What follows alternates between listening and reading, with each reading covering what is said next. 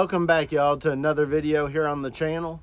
I appreciate y'all coming back. Today I am going to install a K&N air intake on the 1997 Chevy two-door Tahoe. I've already done some other performance stuff that I'm going to cover in this video, but we also need to have a real talk. We're going to talk about the top 5 things that you should do whenever you buy a used vehicle.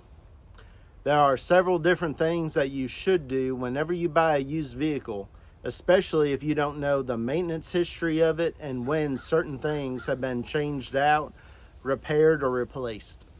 One of the first things that you should do when you get a used vehicle is check the filters. So in this case, we're going to talk about you should check your air filter. There's no telling when the last time is that somebody replaced it. Now, whether you have a newer used vehicle or a older used vehicle, your air filter could be dirty. With as little as 10,000 or more miles, it could be dirty depending on if it's been driven down dirt roads or what kind of areas it has been driven in. So your air filter is very simple and easy to check and should be done.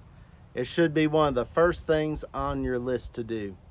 If your vehicle's a little bit older and has higher mileage, then you also should take a look at your mass airflow sensor. Your mass airflow sensor can be cleaned with a special mass airflow sensor cleaner. So you can actually take apart the air intake tube, get to your mass airflow sensor, follow the instructions on the can of the special cleaner, and you can spray off the electronics, because yes, over time they can get dirt and debris, maybe even little bits of oil stuck onto them, and that will affect the airflow reading that it is measuring as air is going past the mass airflow sensor.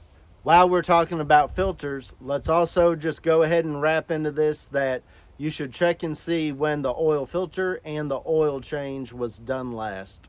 If you don't know when your vehicle that you just purchased had its oil change and oil filter done last, then that should just be done automatically by you as the new owner. Go ahead, get it done. There's no sense in running oil that's old and dirty, getting thin maybe. Who knows? Just go change it. The second thing that you should really pay attention to is your vehicle's ignition system. You should pay attention to whether or not the spark plugs or the spark plug wires have been changed recently. You need to look into when that's been done and if it's time to do it. So on this vehicle, the spark plugs that were in it were pretty dirty, pretty nasty. Also, the spark plug gap was really wide. So I'm going to touch on something real quick here. These spark plugs that came out of this vehicle were iridium AC Delco spark plugs. This vehicle has a cap and rotor with a distributor design. It is not like the newer vehicles, which have a separate coil for each cylinder. So when you have a cap and rotor design along with long spark plug wires and then iridium spark plugs, you want to close up your spark plug gap a little bit, and that's talking about the gap from the strap to the electrode of the spark plug. So when I put in the new AC Delco iridium spark plugs, which came with the vehicle already, I gapped them to 0.045 of an inch. Standard is 0.060 of an inch. Iridium's a harder metal. It will last around 100,000 miles. However, the harder metal is harder for the vehicle to conduct the spark across it. So having a wider gap on your iridium spark plugs on a vehicle like this is actually going to make your cap and rotor and spark plug wires all work harder trying to conduct and carry that spark across that wide spark plug gap. Also on your vehicle, you should look at the spark plug wires. You should make sure that they're not very old. Depending on how much heat and abuse that they've seen, depends on how long they'll last. Also on a vehicle like this, the spark plug wires are very, very long.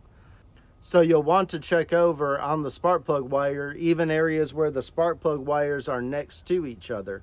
because the spark can literally jump from one wire to another wire.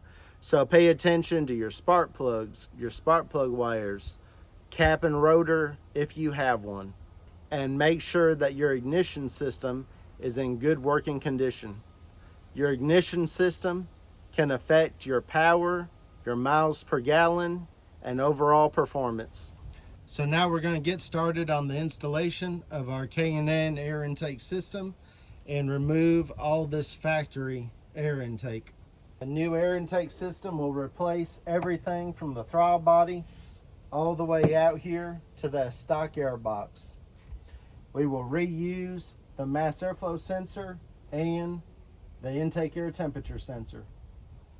Let's start getting the stock air intake off.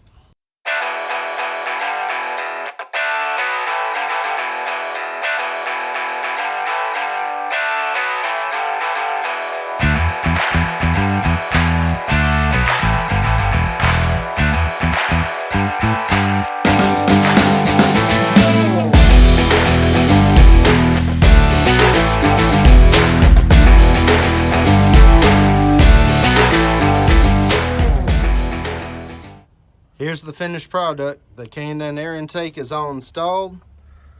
Got a nice, large, clean looking K&N plastic tube.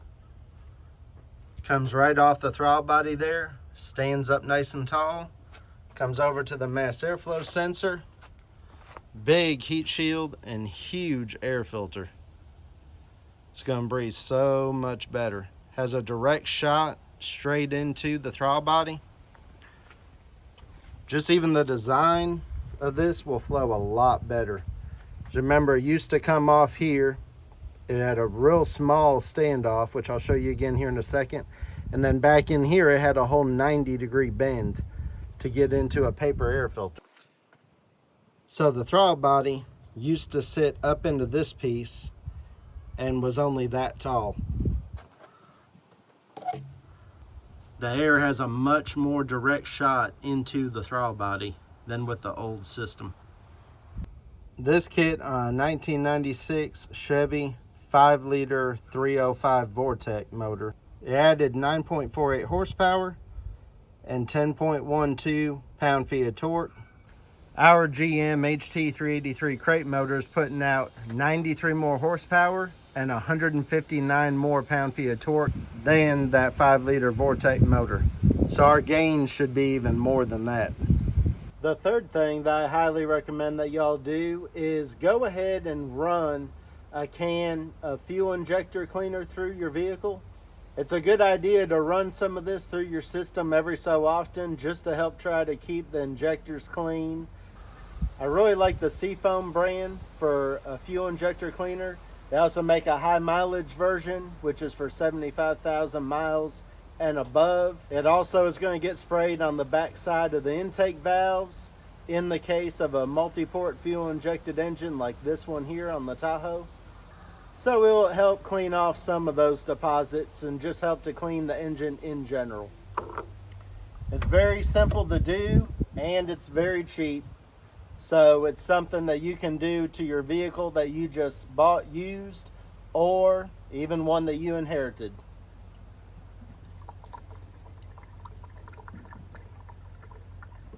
Also, if you have an older vehicle like this Tahoe, the fuel filters are actually down along the frame rail and you can actually change the fuel filter.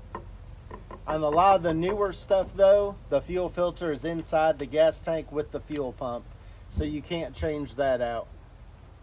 Buying an older one, go ahead and change out that fuel filter.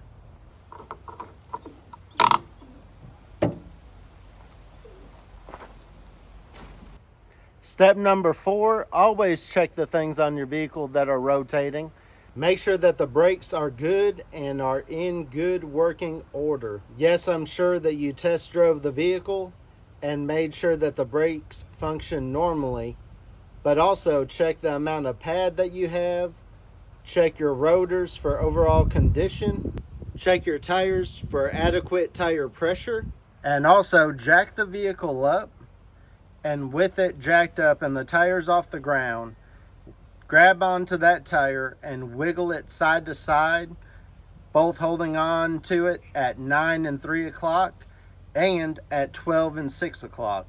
This will let you know if you have any bearings or ball joints that are worn or are going out. It's also not a bad idea to just double check your lug nuts as well.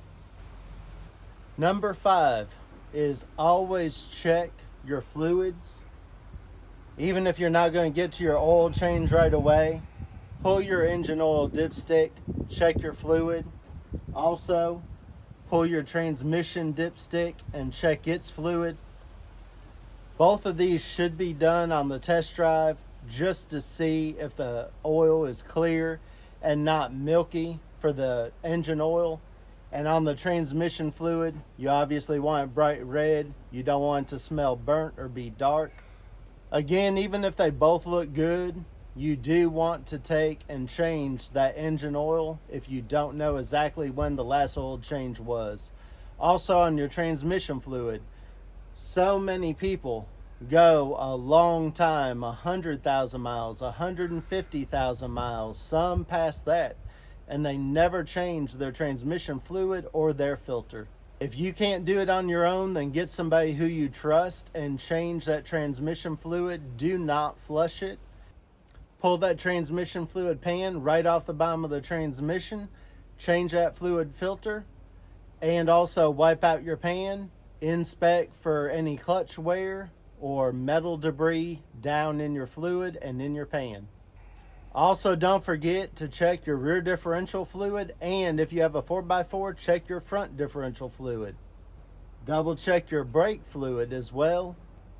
Also check your coolant level and your coolant fluid to see how it looks and if it needs to be changed out. I appreciate y'all for watching, and I hope that this gives you some ideas of some things to look over and check on the vehicle that you just recently purchased or picked up. Don't forget to hit that like button, also subscribe and ring that notifications bell. I'll catch y'all on the next video.